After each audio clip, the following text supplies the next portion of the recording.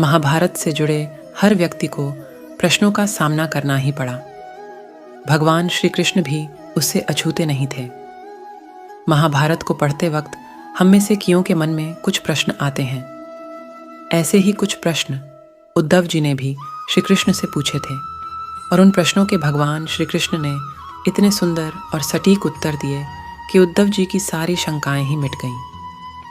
उद्धव जी भगवान श्री कृष्ण के सारथी भी थे और सखा भी। एक दिन श्री कृष्ण ने उद्धव से कहा, हे उद्धव, तुमने आज तक मुझसे कुछ नहीं मांगा। आज तुम मांगो उद्धव, जो तुम चाहते हो वो मांगो। मुझे बहुत प्रसन्नता होगी, बहुत संतुष्टि मिलेगी। मुझे अपना ऋणी न बनाओ। उद्धव, मांगो जो इच्छा हो। उद्धव ने उत्तर दिया, मुझे कुछ नहीं चाहिए माधव। मुझे केवल मेरे प्रश्नों के उत्तर चाहिए। मेरी शंकाओं का समाधान कर दो। सखा, मैं आज तक आपकी लीलाओं को समझ नहीं पाया। आपके उपदेश को चार थे और व्यक्ति का जीवन कुछ और था। हे लीलाधर, मेरे प्रश्नों का उत्तर देकर मुझे संतुष्ट करिए।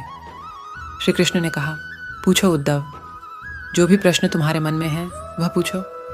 उद्धव का पहला प्रश्न था, हे माधव, सच्चा मित्र कौन होता है? श्री कृष्ण ने उत्तर दिया, सच्चा मित्र वह होता है जो आवश्यकता पड़ने पर बिना मांगे ही अपने मित्र की सहायता करे। इस पर उद्धव ने कहा, हे माधव, आप तो पांडवों के आत्मीय और प्रिय मित्र थे, परंतु क्या आपको नहीं लगता कि आपने जो सच्चे मित्र की परिभाषा दी है, आपने उस परिभाषा के अनुसार कार्य नहीं किया? यदि किया होता तो उस दिन युधिष्ठिर को द्युत क्रीड़ा से अवश्य रोका होता। यदि आपने उन्हें नहीं रोका तो आप उन्हें जिता तो सकते थे। आप भाग्य को पांडवों के पक्ष में अवश्य मोड़ सकते थे, उन्हें रोक सकते थे। कान्हा जब एक के बाद एक अपना सब कुछ दांव पर लगा रहे थे, आप युधिष्ठिर को रोक सकते थे वासुदेव। जब उन्होंने अपने भाइयों को, यहाँ तक कि अपनी पत्नी को भी दांव पर लगाया, आपने ऐसा क्यों नहीं किया? कान्हा, आपने तो तब हस्तक्षेप किया जब द्रौपदी लगभग अपना शील खो चुकी थी। तब आपने उसे वस्त्र देकर उसके शील को बचाने का दावा किया। आप यह दावा भी कैसे कर सकते थे? उसे एक पुरुष घसीट कर भरी सभा में लाता है और भरी सभा में निर्वस्त्र करने के लिए छोड़ देता है। आप ही बताइए, कान्हा, क्या एक नारी का शील बचा? आपने क्या बचाया कान्हा? अगर आपने संकट के समय अपनों की मदद नहीं की तो आपको आपात बांधव कैसे कहा जा सकता है? बताइए ना कान्हा, क्या यही धर्म है? प्रश्न पूछते पूछते उद्धव का गला रुंध गया और उनकी आंखों से आंसू बहने लगे। इस पर भगवान श्री कृष्ण ने मुस्कुराते हुए कहा, प्रिय उद्धव, यह सृष्टि का नियम है कि विवेकवान ही जीतता है। उस समय दुर्योधन के पास विवेक था, धर्मराज के पास नहीं। यही कारण है कि धर्मराज पराजित हुए। उद्धव उत्तर सुनकर अचंभित थे। श्री कृष्ण ने आगे कहा, दुर्योधन के पास द्युत क्रीड़ा के लिए धन तो बहुत था, परंतु उसे पासों का ज्ञान नहीं था। इसीलिए उसने अपनी ओर से मामा शकुनी को खिलाया। धर्मराज भी यही कर सकते थे, फिर मैं उनकी तरफ से खेलता। जरा विचार करो उद्धव, यदि शकुनी और मैं खेलते तो कौन जीतता?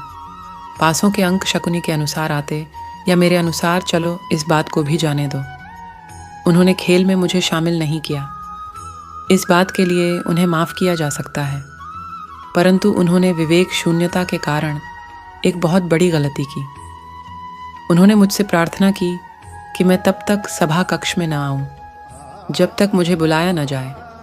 वह नहीं चाहते थे कि मुझे मालूम पड़े कि वह जुआ खेल रहे हैं। मैं कक्ष के बाहर प्रतीक्षा करता रहा, परंतु किसी ने मुझे नहीं बुलाया। भीम, अर्जुन, नकुल, सहदेव सबके सब भाग्य और दुर्योधन को कोसते रहे। किसी को भी मेरी याद नहीं आई और जब दुशासन द्रौपदी को बाल से पकड़कर घसीटता हुआ भरी सभा में लाया। द्रौपदी भी अपने सामर्थ्य के अनुसार जूझती रही। उसने भी मुझे नहीं पुकारा। उसकी बुद्धि तो तब जागृत हुई जब दुशासन ने उसे निर्वस्त्र करना आरंभ कर दिया। तब उसने हरि हरि अभियन्न कृष्णा अभियन्न की गुहार लगाई और तत्क्षण मैं वहां पहुंच गया। अब इस स्थिति में मेरी गलती बताओ उद्धव। इस पर उद्धव बोले, आपका स्पष्टीकरण प्रभावशाली अवश्य है, परंतु मुझे पूर्ण संतुष्टि नहीं हुई।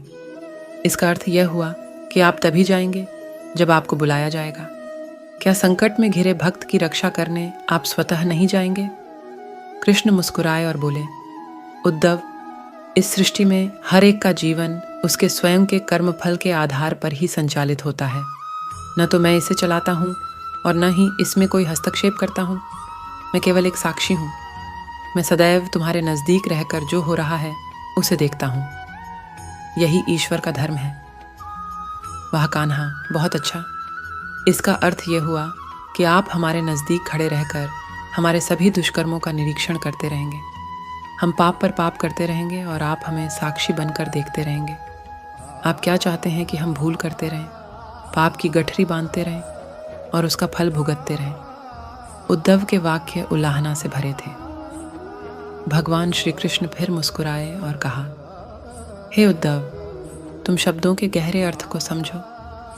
जब तुम समझकर यह अनुभव कर लोगे कि मैं तुम्हारे नज़दीक साक्षी के रूप में हर पल हूँ, तो क्या तुम गलत या बुरा काम कर पाओगे? तुम निश्चित रूप से कुछ भी बुरा नहीं करोगे। जब तुम यह भूल जाते हो और समझने लगते हो कि मुझसे छुपकर तुम कुछ भी कर सकते हो, तभी तुम मुसीबत में फंसते हो और तभी तुम दुष्कर्म करते हो। यदि मनुष्य यह समझ जाए कि मैं सदैव प्रत्येक व्यक्ति के साथ साक्षी के रूप में उपस्थित हूँ, तो क्या मनुष्य कोई भूल कर सकता है? कदापि नहीं उद्धव, कदापि नहीं। उद्धव जी को अब अपने सारे प्रश्नों के उत्तर मिल गए और उनकी सारी शंकाओं का समाधान हो गया। सच बात है दोस्तों, यदि हम ईश्वर की उपस्थिति को हर क्षण महसूस करें तो हम कभी गलत नहीं कर पाएंगे। फिर मिलेंगे दोस्तों अगली वीडियो के साथ। तब तक के लिए अपना ख्याल रखना और हमेशा मुस्कुराते रहना। जय श्री कृष्णा।